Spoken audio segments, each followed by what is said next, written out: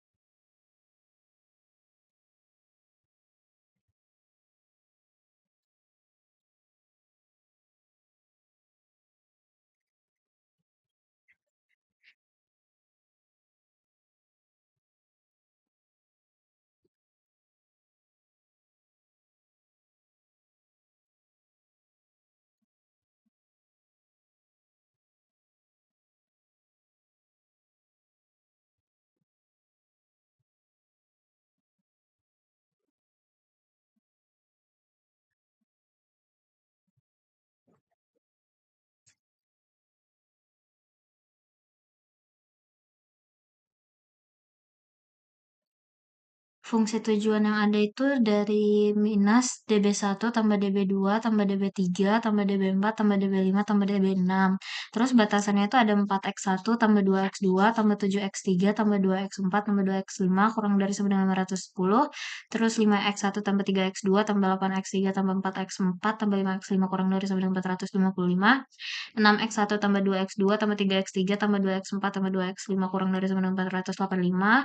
Baru ada x1 tambah x2 tambah x3 tambah x4 tambah x5 tambah db1 kurang da1 sama dengan 100, x1 tambah db2 kurang da2 sama dengan 50, x2 tambah db3 kurang da3 sama dengan 65, X3 tambah DB4 kurang DA4 sama dengan 70, X4 tambah DB5 kurang DA5 sama dengan 50, X5 tambah DB6 kurang DB6 sama dengan DA6 sama dengan 45.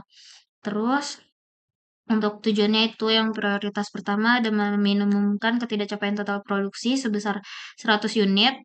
Terus yang kedua ada meminimumkan ketidaktercapaian total produksi sebesar 50 unit untuk rendang. Terus yang ketiga itu sama 65 unit perkedel per minggu. Yang keempat ada 70 unit telur balado per minggu, yang kelima ada 50 unit ayam sambal ijo per minggu, terus yang keenam ada 45 unit daging cincang per minggu. Terus untuk X1 itu artinya jumlah produksi rendang yang harus diselesaikan, yang X2 itu perkedel, X3 telur balado, yang ke X4 ayam sambal ijo, yang X5 daging cincang. Terus setelah semua modal matematisnya diketik di dalam software, itu dilakukan proses solver. Itu dengan klik solver, terus klik yang solve,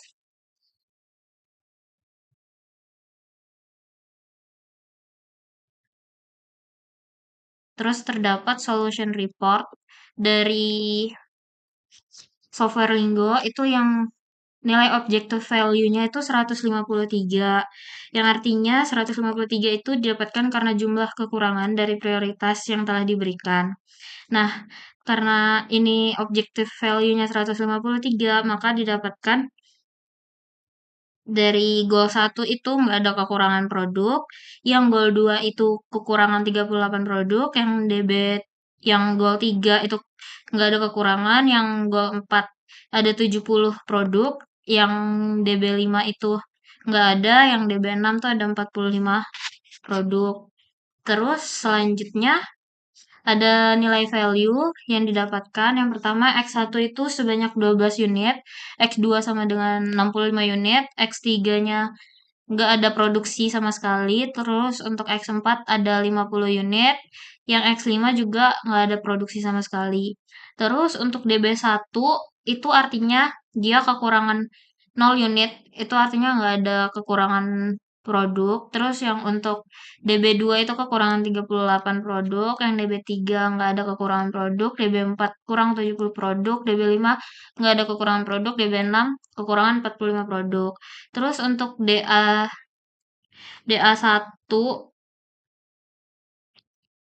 DA1 terus itu ada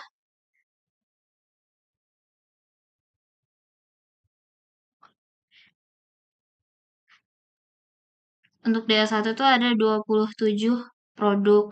Terus untuk DA2 sampai DA6 itu 0, yang berarti nggak ada variabel atau semua goal pada variabel itu tuh udah telah terpenuhi. Dan untuk DA1 itu ada 27 produk yang nggak terpenuhi.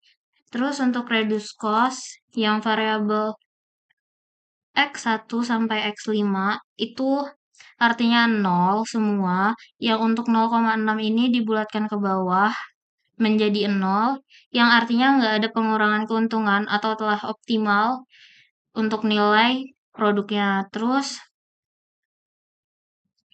untuk variabel DA1, DA2, DA3, DA4, DA5, DA6 itu yang bernilai 0, 1, 0,6 dibulatkan ke bawah menjadi 0, baru 1, terus 0,8 dibulatkan ke bawah jadi 0, baru 1 lagi. Berarti untuk nilai DA2, DA4, dan DA6 itu tidak optimal karena masih terdapat pengurangan keuntungan. Terus untuk nilai DA1, DA3, ya DA1, DA3 sama DA5 itu tidak ada pengurangan keuntungan atau telah optimal. Terus untuk nilai slack atau surplus pada row 3, 5, 6, 7, 8, dan 9 itu 0, yang artinya bahwa S2, S4, S5, S6, S7, S8, dan S9 itu sebagai variabel non-basis, dan untuk row 2 dan row 4 yang bernilai 232 dan 183, yang artinya bahwa S1 dan S3 itu sebagai variabel basis. Terus untuk dual price itu didapatkan untuk row 2 hingga row 10 berturut-turut itu adalah 0, baru 0,2 dibulatkan ke bawah jadi 0, row 4 itu 0, row 5 0, row 6 itu minus 1, terus untuk row 7 itu dibulatkan ke bawah yang artinya dia jadi minus 1, terus row 8 jadi minus 1, row 9 juga minus 1, dan untuk row 10 juga minus 1. Nah, untuk kendala 1, 2, dan 1, 2, 3, dan 4 itu nilainya 0, yang artinya apabila produk tersebut ditambah, maka tidak ada penambahan waktu untuk memproduksi. Dan untuk pada kendala 5, 6, 7, 8, dan 9 itu bernilai minus 1 semua, yang artinya apabila produk ditambah, maka akan mengurangi 1 unit pada setiap kendalanya. Itu saja penjelasan dari saya, kurang lebihnya saya minta maaf. Wassalamualaikum warahmatullahi wabarakatuh.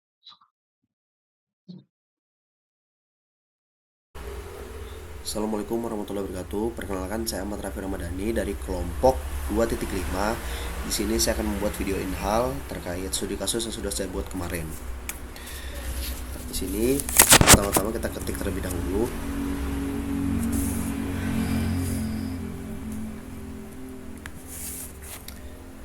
Untuk fungsi tunjuknya di sini min